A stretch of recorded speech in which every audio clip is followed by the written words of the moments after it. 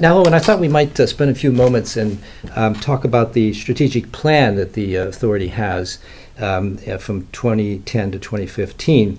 And a couple of the critical issues here is one of the priorities you've identified is the electric supply, obviously a critical one for Ireland as other places. And I see that the goal is to go from a 15% of demand from renewables in 2010 to 40% by 2020.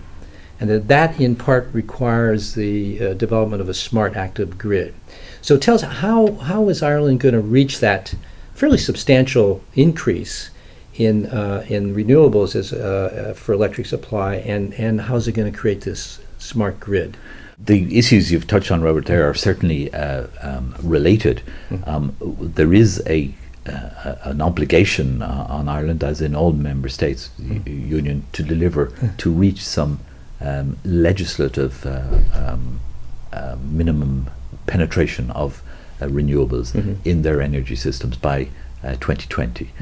We've all heard, I suppose, of the 2020 targets, which are involved with improvement in efficiency, penetration of renewables, and also reductions of emissions.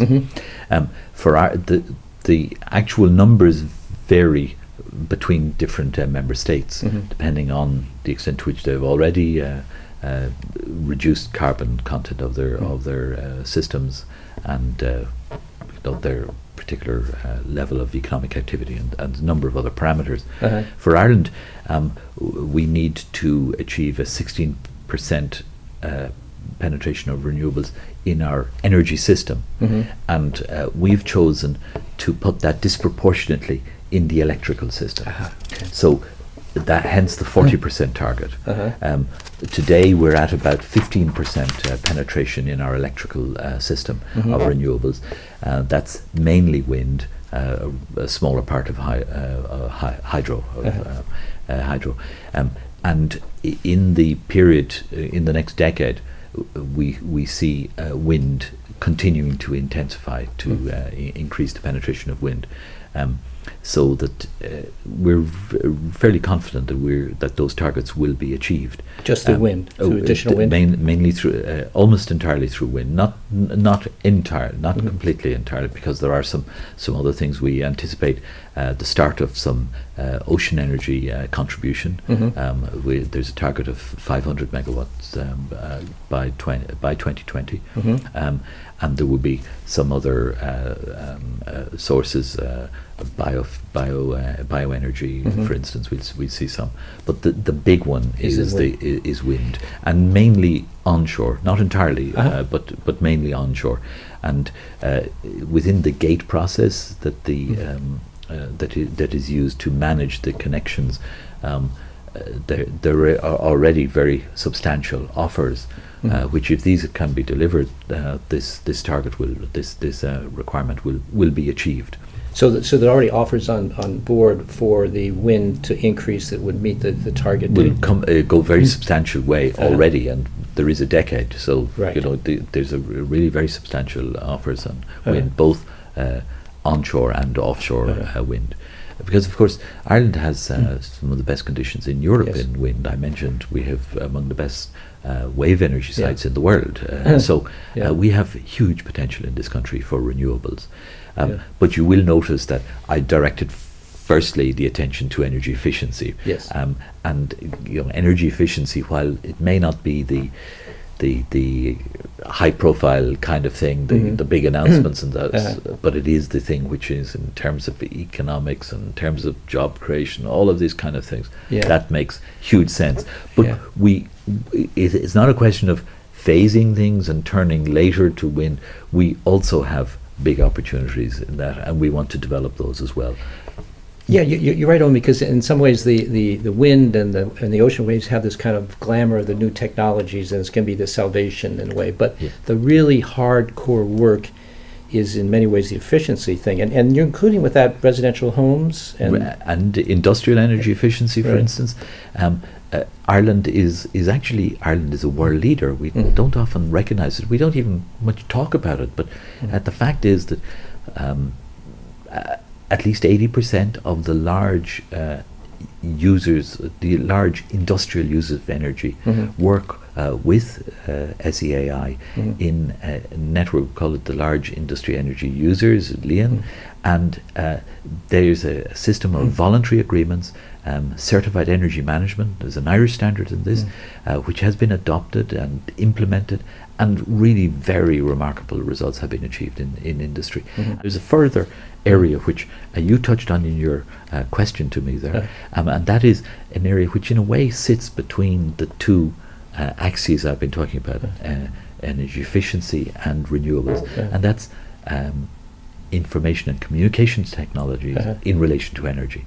So it's all tied up with making smarter use of energy. So that's looking at our grids in a new way, and air grid and ESB networks, and that are looking both at the transmission system operator and the distribution system operator, looking at how they can improve those systems. And there are in the universities, in some of the universities, work is being done also on say smart buildings, for instance. How can buildings make better use of these?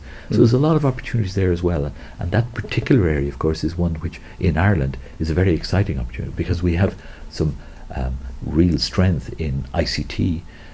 We have a lot of the best companies in the world, you know, the Googles and so on, with European and other headquarters here in Ireland, bringing these people together, working with our universities and businesses.